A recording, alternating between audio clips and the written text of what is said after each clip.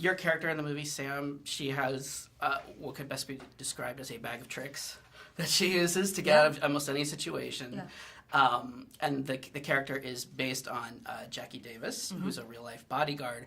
And I'm just wondering, what were some of the real-life situations that she was in that she told you about that you were able to incorporate into the character? She's done some amazing missions. Yeah. A lot of times she works in child rescue. So she's rescued a woman who's been kidnapped in Pakistan and walked her over the mountains into India while being shot at by snipers. She's rescued someone from Russian assassins. She's had a call in the middle of the night saying 20 Russians in an unmarked jet have landed at Heathrow. You need to get your client out now.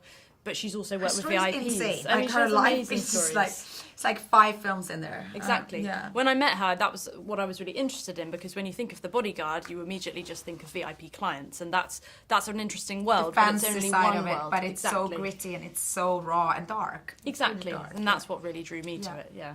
Yeah. For me to, when I first met her, I was just blown away by her.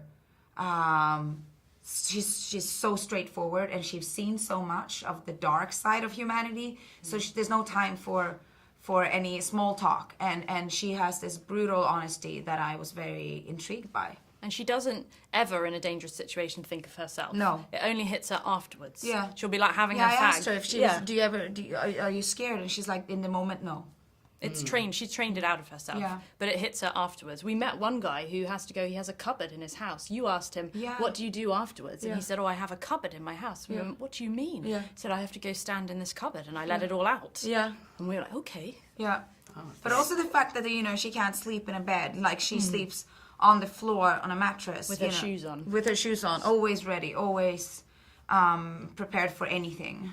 And did she also form a kind of camaraderie with some of her clients? No, that is the thing they don't do. Like, so it was interesting when we started having conversations about the script, and she was so against the fact that that they would bond and that they would actually become friends. She's like, they don't do that. A professional, they don't. We had to kind of break it in order to make the film. Yeah, exactly. Yeah. We had to get it to a point where it was so extreme, it broke the usual protocols. Yeah.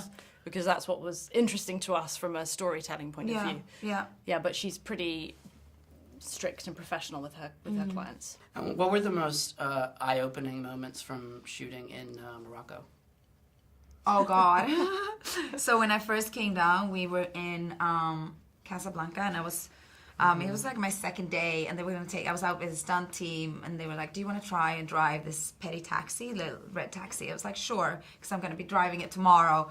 And I was like, "Yeah, I'm gonna take just a circle around the block," and it's me. And this one guy from the stunt team is sitting next to me, and I'm driving, and then the whole gear stick came out of my hand. Oh my God. And I was like, and I had to jam it in, and just by some lucky blessing, it hooked into something, and I managed to stop the car, but my heart was like, I was like, I could I was out in traffic, and it's chaos. It's chaos. It's total chaos. Yeah. You can't imagine. People everywhere, animals, people, cars. It's just a mayhem. And I was like, I'm driving here with the gear stick in my hand.